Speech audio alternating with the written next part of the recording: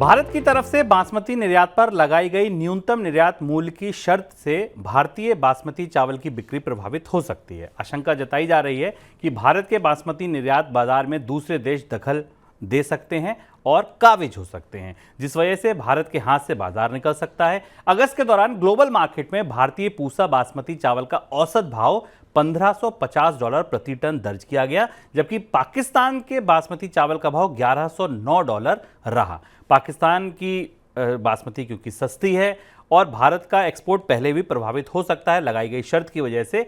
इस वजह से अब ऐसा लग रहा है कि पाकिस्तान को इस बाजार में कुछ एज मिल सकती है, कुछ बढ़त मिल सकती है। बासमती चावल के निर्यात के लिए $1200 प्रति टन के न्यूनतम मूल्य की शर्त भारत ने तय कर दी है। इस वजह से भारत के एक्सपोर्ट पर असर पड़ रहा है। सर, इस बाजार में फिर क्या निर्यात के बाजार में बासमती चावल के पाकिस्तान के पास बढ़त का पूरा मौका है? कल हम लोगों ने इस चर्चा में इस बात पर संकेत दिया था कि भारत ने चावल के निर्यात पर जिस तरह से प्रतिबंध लगाए हैं, उसका सीधा असर भारत को अंतर्राष्ट्रीय बाजार में अपनी कॉम्पिटिटिवनेस गंवाने के तौर पर सामने आना पड़ रहा है।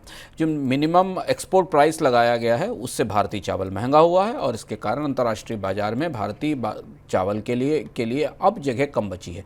बासमती एक खास किस्म की चावल की किस्म है जिसको एक जियो टैगिंग मिलती है और उसमें भारत के अलावा पाकिस्तान दूसरा सबसे बड़ा सप्लायर है। और जब भारत का चावल बाजार में महंगा है तो पाकिस्तान को वहाँ बेहतर जगह मिल रही है। पर केवल बासमती की बात ही नहीं है, भारत ने चूंकि बाकी चावल का भी निर्यात बंद कर रखा है, नॉन बासमती चावल का निर्यात भी बंद किया है, तो जिन बाज़ारों में भारत का चावल जाता था, खासतौर से अफ्रीका और यूरोप के बाज़ारों में, वहाँ अब थाईलैंड और पूर्वी एशिया के देशों के निर्यातक पहुँच रहे हैं।